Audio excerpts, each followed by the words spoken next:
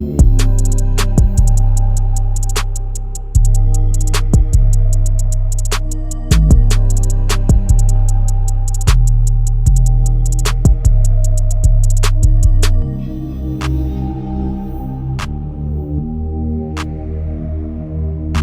back to the Team to Beat Miami Heat podcast, your one-stop shop for daily Miami Heat content. My name is Amir.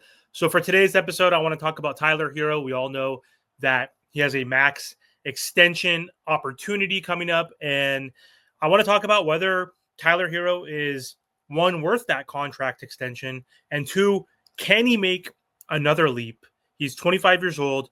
He is entering his prime, and he has steadily improved every single season from his rookie year to last season when he became a one-time and his first-time NBA All-Star. And that has been honestly an impressive journey. Like, he's been one of the most polarizing basketball players on this Miami Heat team in his 6 seasons with the Miami Heat. He's going to be going into his 7th season next year. And this guy is literally mostly loved or mostly hated. There's really not a lot of in between. I try to be pretty objective versus subjective. Like, I'm in the middle. Like, I like Tyler Herro. Like, I definitely don't hate Tyler Herro at all. So I'm not in the middle. I lean towards more liking Tyler Herro, but I don't love Tyler Herro. I don't think he's a perfect player. I don't think he's amazing. I don't think he's the number one option. But has he improved steadily and dramatically since his rookie year? I think so. Like, has he proven that he could still grow and hasn't hit or reached the ceiling?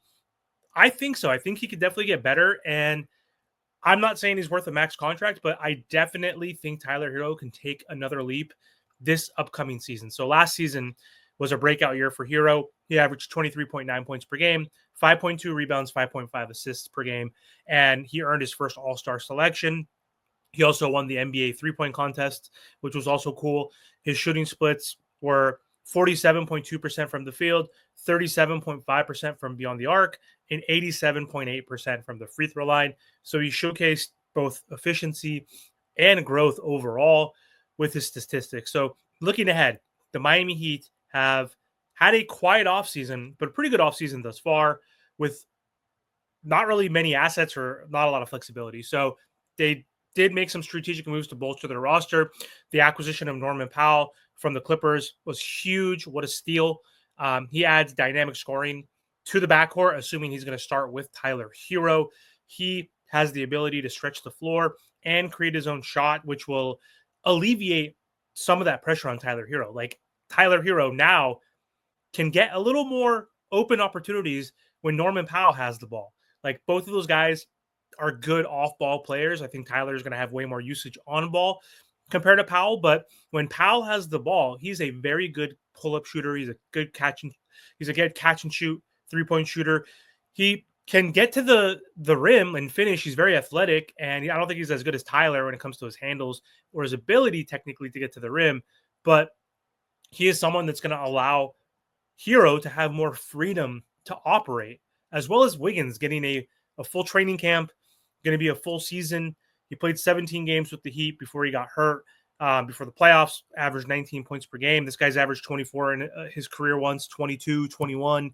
He is a 36% three-point shooter in his career. Like, that is someone else that is offensively gifted enough where he can get some attraction in the mid-post and that mid-range at the three-point line to open up, again, spacing for Tyler Herro. So Tyler Herro is expected to step into the role of our number one option, our primary scoring option. This will be his first full season where he is the guy offensively. He's the 1A offensively. So this responsibility will not only increase his usage rate, but it will also provide him with more opportunities to hopefully showcase his scoring versatility.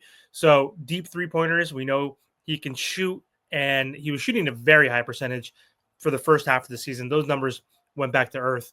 He was shooting like 44% from three for quite some time, average close to 38. So we know he could shoot, but he was finishing at the rim way more last season. He put on some weight and some strength. Hopefully he can maintain that and keep that up. So he's been taking more contact in the paint. He also went back to his floater in that mid-range game towards the end of the season and in the playoffs. So he is a three-level scorer. He's our best three-level scorer. Can he become more efficient? Can he get to the free throw line more? Can he finish at the rim more? can he hit threes at a higher clip? So beyond that motivation of him just being the number one option now on the team, he has a huge incentive going back to the contract extension that I mentioned earlier in the video. So he is eligible for a 3-year, $150 million extension before October. So that's the deadline. If we don't give him that extension by October, whatever that date is in October, then the following season, he is eligible for a 4-year, $200 million. So the average is still the same at $50 million, but he just gets an extra year added to the contract if he earns it, if that's what we want to give him. Who knows? It's still August. We could still give him that 3-year extension before the season starts. But either way, that is going to give him all-time motivation to perform at an elite level. He's playing for a max extension. He's playing for the bag. He's playing for this huge contract.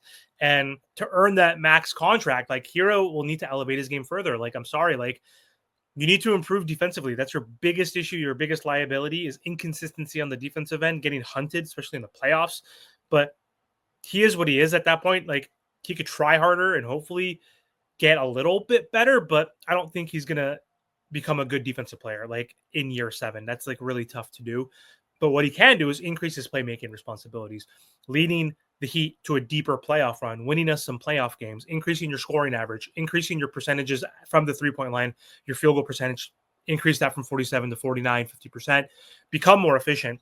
And that could solidify him as one of the better guards in the NBA, which he already did last season as an all-star. So if he can become an all-star again, continue to grow, that's huge for him. And with the right support, clear role, he has a drive to succeed.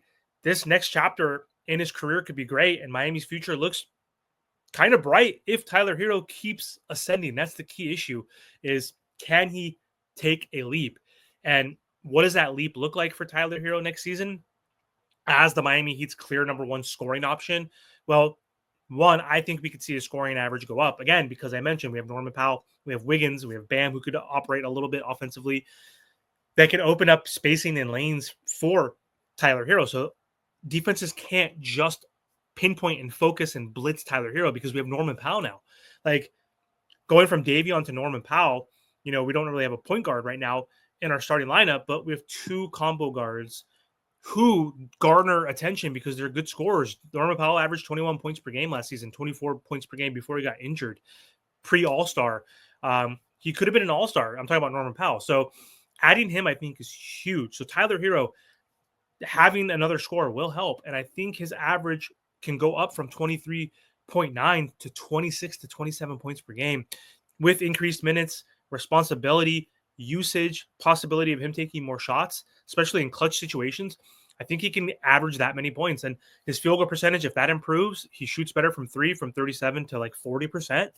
That could be huge. That could be a huge nudge that gets him to like 27, 28, even 29 points per game if he becomes even more efficient because of the help with Norman Powell and having hopefully an engaged Andrew Wiggins and an aggressive Bam Adebayo, which I doubt will happen offensively. But anyway, expect his assists to possibly also jump up from like what I think I said 5.2 per game to possibly 6, maybe 7, having Norman Powell next to him. So he's got to take a more of a playmaking role now that Davion Mitchell's not going to start next to him. He's probably going to be the de facto point guard. I mean, we have a lot of guys who could bring the ball up. Andrew Wiggins technically could. He probably wouldn't because his handle's not that great. But Bam Adebayo can play that point forward for you. You obviously have Tyler. You have Norman. So I think him increasing his playmaking opportunity to create offense, not just for himself, but for his teammates, will be huge. Again, Norman Powell is going to draw defenders, open up more space for Tyler, get him into the paint, needs to increase his free throws. But my prediction is Herro's numbers could look something like 27 points per game, 6 assists, 5 rebounds, shooting splits of 48%, 39%. Let's be cautious, I guess. 39% from 3, 88% from the line. This leap will not only make him an all-star, but it will obviously position him to be in a better spot to get a contract extension. Is he going to be worth 50 even if he still does that? I still say no, because his defense is so bad that I don't see him as like a number 1 overall option on the team. I see him as a number 1 overall offensive option, but I would say it garners him a raise. Obviously, like, he's making 31 this season, 32 next season if he doesn't get that extension. But if he does not get the extension, October, we say play it out, see what can happen. becomes another all-star, 2-time all-star, averages 27 points per game, whatever it may be, he deserves a raise for sure, at least 40 million starting at that point. I don't think he's worth 50, but it also depends on how well the team does. Does he make the team better? We'll see. But I think Tyler Herro is going to take a slight leap at 25 years old, full season, being our number one option, especially with the help from Norman Powell. So let me know your thoughts about Tyler Herro. Do you think he can get any better? Do you think he'll take this leap? Or do you think his numbers will go down now that Norman Powell's here?